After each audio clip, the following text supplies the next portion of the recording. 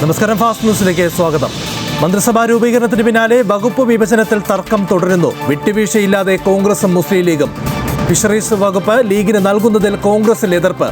Fisheries വകുപ്പ് തന്നാലേ ഉന്നത വിദ്യാഭ്യാസ വകുപ്പ് വിട്ടു നൽകൂ എന്ന നിലപാടിൽ ലീഗ്. കൃഷി വകുപ്പിൽ നീരസവുമായി സിദ്ദിഖ്. ടേം വ്യവസ്ഥയിൽ അതൃപ്തി പരസ്യമാക്കി മാണി സി കാപ്പൻ. സംസ്ഥാനത്തെ ധനസ്ഥിതിയിൽ ധവളപത്രം ഇറക്കുന്നതിന് സമിതിയെ നിയോഗിച്ച് VD സർക്കാർ. ഓണറേറിയം വർദ്ധിപ്പിച്ചതിന് പിന്നാലെ സർക്കാരിന് നന്ദി അർപ്പിച്ച ആശാപ്രവർത്തകർ. സർക്കാരിൻ്റേത് പ്രതീക്ഷ നൽകുന്ന തീരുമാനമെന്നും 21-ാം തീയതി മുഖ്യമന്ത്രിക്ക് നന്ദി അറിയിക്കാൻ വീണ്ടും ഒത്തുചേരുമെന്നും സമരസമിതി. 10 വർഷത്തിനു ശേഷം സെക്രട്ടേറിയറ്റിലെ സമര ഗേറ്റ് തുറന്നു. ഗേറ്റടച്ചത് 1-ാം പിണറായി സർക്കാർ. പ്രതിപക്ഷ ഉപനേതാവ് പദവിയിൽ നിലപാട് കടുപ്പിച്ച് ബിനോയ് വിശ്വം. വലിയ പരാജയങ്ങൾ സംഭവിക്കുമ്പോൾ വിമർശനങ്ങൾ സ്വാഭാവികമെന്ന് M സ്വരാജ്. നേതൃത്വത്തിനെതിരെ പരസ്യ പ്രതികരണം നടത്തിയതിനു പിന്നാലെ പാലക്കാട്ടിലെ CPM-ൽ പൊട്ടിത്തെറി.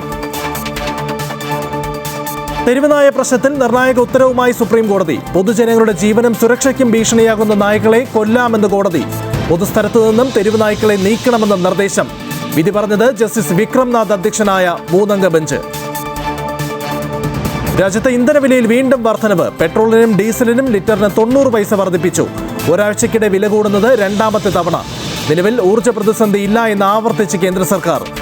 ഹോർമുസ് കടലിടുക്കിലൂടെ കൂടുതൽ കപ്പലുകൾ എത്തിക്കാൻ ശ്രമിക്കുന്നതായും വിശദീകരണം. കൊച്ചിയിൽ മോഡലിംഗിന്റെ മറവിൽ മനുഷ്യക്കടത്ത് നടത്തിയ കേസിൽ പരാതിക്കാരി നേരിട്ടത് കൊടും ക്രൂരത. മദ്യത്തിൽ മയക്കുമരുന്ന് കലർത്തി നൽകിയെന്നും മർദ്ദിച്ച് പ്രതികരണശേഷി നഷ്ടപ്പെടുത്തിയെന്നും പരാതിക്കാരി. കേസിൽ ഒരു സ്ത്രീ കൂടി പിടിയിൽ. ബഹിരാകാശ സഹകരണ കരാറിൽ ഒപ്പുവെച്ച ഇന്ത്യയും നോർവേയും. ലക്ഷ്യം ബഹിരാകാശ ഏജൻസികൾ തമ്മിലുള്ള സഹകരണ പ്രോത്സാഹനവും മേഖലയിലെ കൂടുതൽ നിക്ഷേപവും. കപ്പൽ നിർമ്മാണം, ഹരിത ഊർജ്ജം അടക്കം 12 കരാറുകളിലും ഇരു രാജ്യങ്ങളും ഒപ്പുവെച്ചു.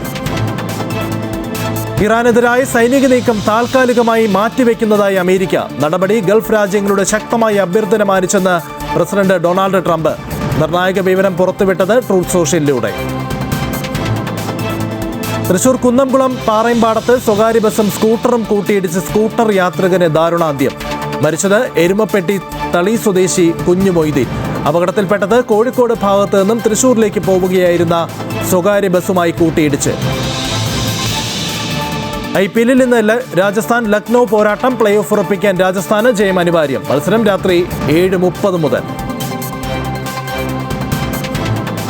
ഫിഫ ലോകകപ്പിനുള്ള 26-അംഗ ബ്രസീൽ ടീമിനെ പ്രഖ്യാപിച്ചു. നീണ്ട ഇടവേളയ്ക്ക് ശേഷം സൂപ്പർ താരം നെയ്മർ ടീമിൽ തിരിച്ചെത്തി.